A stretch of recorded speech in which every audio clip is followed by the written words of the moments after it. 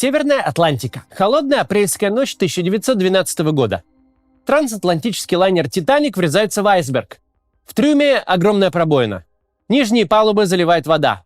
Крупнейшее судно начала 20 века начинает медленно тонуть. При первых признаках катастрофы пассажиры начинают эвакуироваться с верхней палубы. Люди спускаются в лодки в вечерних нарядах и с тем немногим, что имели при себе. Шлюпок не хватает на всех и точно не достанется тем, кто оказался на нижней палубе. Кто-то не может попасть на лодку, кто-то не хочет, потому что место в лодке нужнее кому-то более слабому, или потому что в каюте остались ценные вещи, без которых никак, или потому что родственники не могут тоже добраться до шлюпки, или потому что еще есть какая-то надежда на спасение, что вода куда-то уйдет, удастся залатать дыру и вывести корабль к берегу. С 24 февраля 22 года мы все пассажиры «Титаника». Наш огромный корабль, выглядевший таким надежным, врезался в айсберг.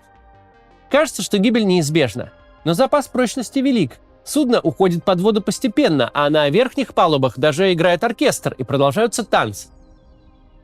Давайте сегодня развернем эту метафору и поговорим о тех, кто остался внутри лайнера, терпящего бедствия, и стал невидимым, потому что вынужден быть немым. Репрессивная машина государства работает на устрашение. Ее задача — лишить людей голоса. И с этой задачей она сейчас справляется. Миллионы россиян, оставшихся в России, стали как будто несуществующими. Но они есть. Противники войны в воюющей стране. Это те россияне, которые не уехали, не хотят войны, но вынуждены молчать. Поговорим о том, что с этими людьми происходит, что они ощущают и что можно с этими ощущениями сделать. Этот сценарий мы написали при помощи практикующего в России психолога.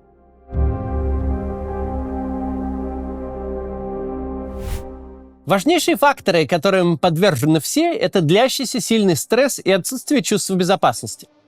Реальность стала совершенно непредсказуемой, возникли риски, которых непонятно как избегать. Мы не знаем, что случится завтра, какой примут закон, кто окажется врагом, куда прилетит беспилотник.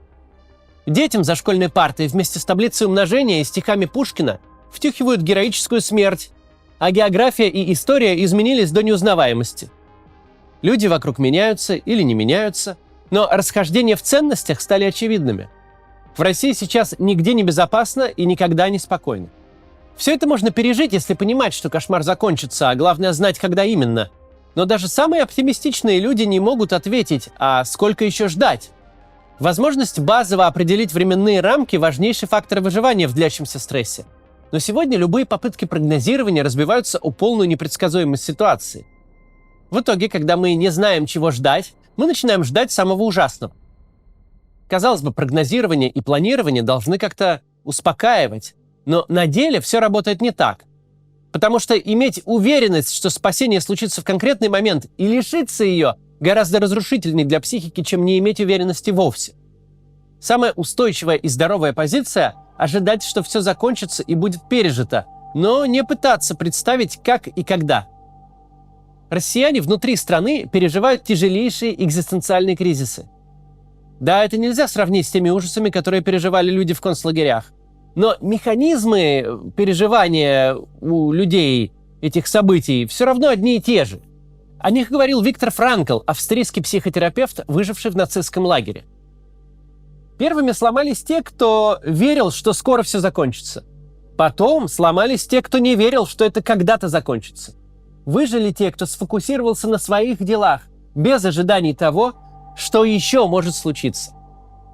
А когда ситуация долгое время никак не меняется в лучшую сторону, а даже наоборот эскалируется по всем фронтам, ждать становится труднее. Травмирующее воздействие на психику тех, кто остался в России, не то что не уменьшается, но увеличивается. Процесс переживания просто не может быть запущен. И хотя может показаться, что мы привыкли и готовы ко всему, это, конечно, не так. Еще в такой ситуации силы забирают абстрактные надежды. Хоть на что-то, хоть когда-нибудь. И пока не видно сил и факторов, способных изменить ситуацию в лучшую сторону, остается надеяться только на себя, а силы на это убывают с каждым днем. В результате картинка может исказиться в другую сторону. Человека захватывает безнадежность, которая становится тотальной. Зло кажется всемогущим, что тоже не отражает реальность. Потеря представления о будущем не единственное, что произошло с восприятием жизни у тех, кто остался в России. Еще раньше, чем будущее, для россиян разрушили настоящее. Ткань повседневности как будто потихоньку рассыпается. Исчезает то привычное, важное и хорошее, что было. Уезжают друзья, запрещают книги, тает наработанное благополучие. Прошлое искажено и поругано. Историю переписывает пропаганда, причем с обоих сторон. И уже непонятно, на что опереться. Было ли вообще в нашей истории то светлое, что мы привыкли любить и чем привыкли гордиться. Происходит трансформация смыслов.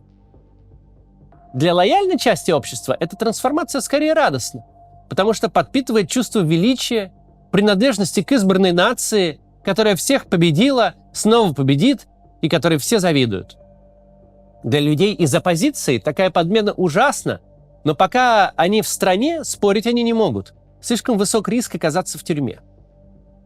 Для человеческой психики сложнее всего находиться в неопределенности, особенно если эта неопределенность окрашена крайне негативно. У нас были планы на жизнь, на будущее, планы понятные и реализуемые.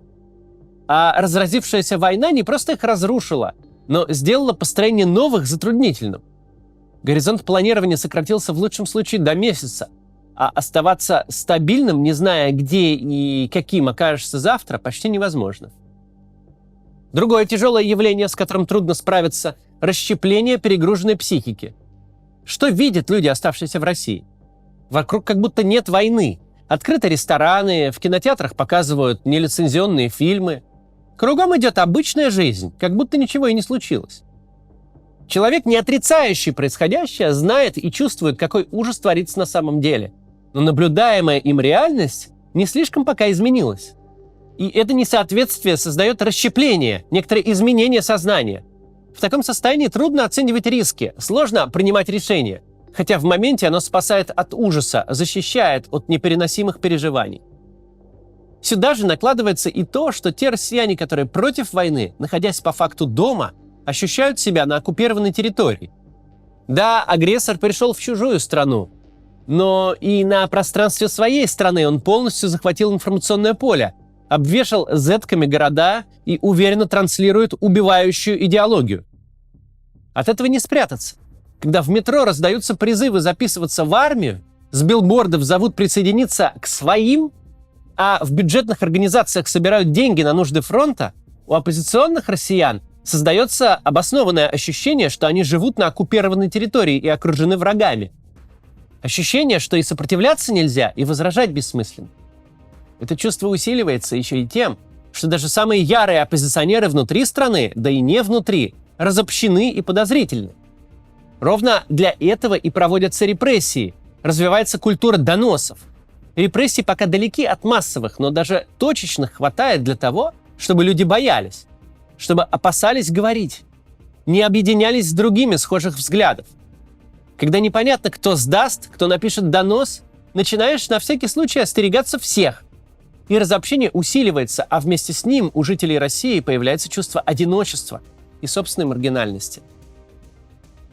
Для тех, кто на момент начала войны оказался как-то вовлечен в политику, например, для зрителей нашего канала, оппозиционная информационная среда является некоторой защитой от чувства разобщенности. Она помогает увидеть, что такие же люди, как ты, существуют, что их немало, и они тоже стремятся к переменам. Но тех, кто остался со своими страхами и сомнениями наедине, намного больше. Зачастую чувство, что мы неправильные, какие-то не такие, вызвано не только и не столько тем, что вокруг все зигуют, а мы нет. Его также запускает стыд за то, что творит государство наше, на что мы при этом никак не можем повлиять. Конечно, к реальности это чувство не имеет никакого отношения, но его активно поддерживают граждане других стран и некоторые россияне, которые уехали. Россиян, оставшихся и некоторых уехавших, принято стыдить, призывать жертвовать собой и обвинять в том, что они ничего не делают, пока их армия убивает людей в соседней стране. Сюда же накладывается и то, что россияне получают травму свидетеля. Когда насилие совершается не тобой и не над тобой, ты вроде бы в безопасности, но вынужден смотреть, как кто-то издевается над жертвой у тебя на глазах. А ты не можешь ничего сделать, не лишившись при этом жизни или свободы. Казалось бы, стадия коллективной вины сейчас не очень актуальна, но на самом деле пока не до конца. Более того, стыд нередко становится причиной суицидальных мыслей. Если такие мысли вдруг появляются, немедленно обратитесь за помощью.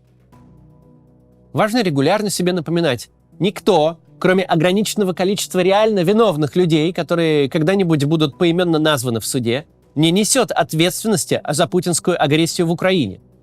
Обвинительная риторика и кровожадные призывы никак не повредят Путину, зато повредят тем, в чей адрес они раздаются. Все реагируют по-разному. Кто-то просто замкнется и уйдет во внутреннюю миграцию, а кто-то и вовсе выберет темную сторону, потому что на светлой оказался не нужен и порицаем. Россиян часто винят и в том, что они не уехали, а значит поддерживают режим. Или в пассивности и лени, которая мешает действовать. Но действовать мешает не пассивность, а страх, либо непреодолимые обстоятельства, у каждого свои. Но в итоге оставшиеся внутри страны россияне встречают крайне мало поддержки среди людей своих взглядов, например, тех, кто уехал. Если иммигранты еще могут рассчитывать на какое-то сочувствие от новых соседей, то людям в России его ждать не от кого.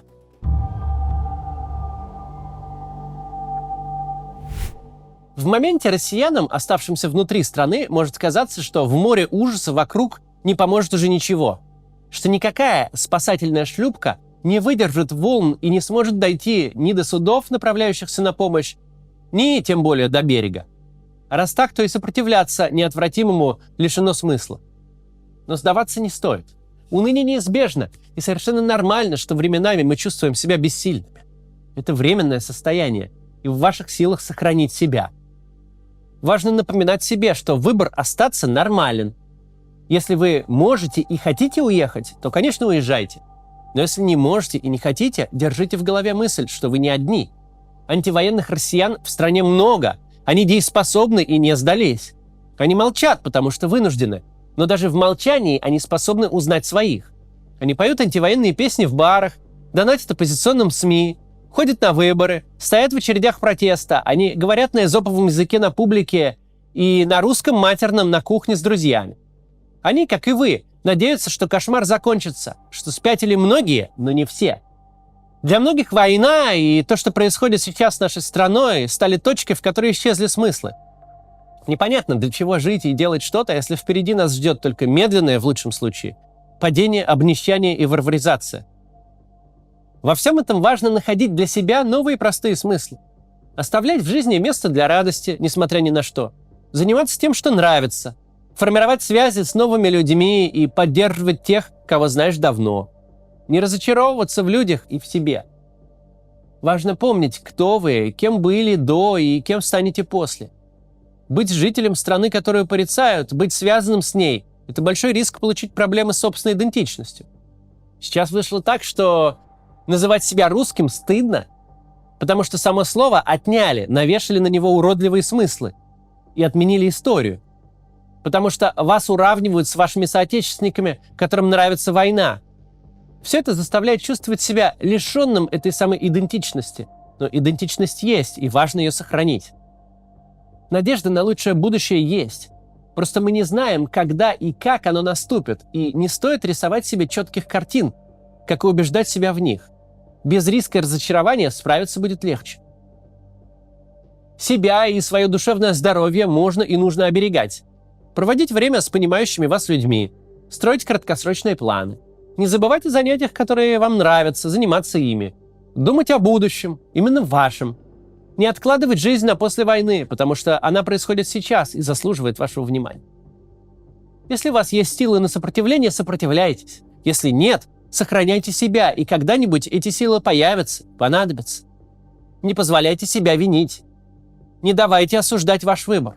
Уехать нормально, остаться тоже нормально. Мы все пассажиры «Титаника». Кто-то в спасательной шлюпке, а кто-то на палубе. Единственной верной стратегии спасения нет, но выжить можно, если бороться за себя, так как вам сейчас доступно.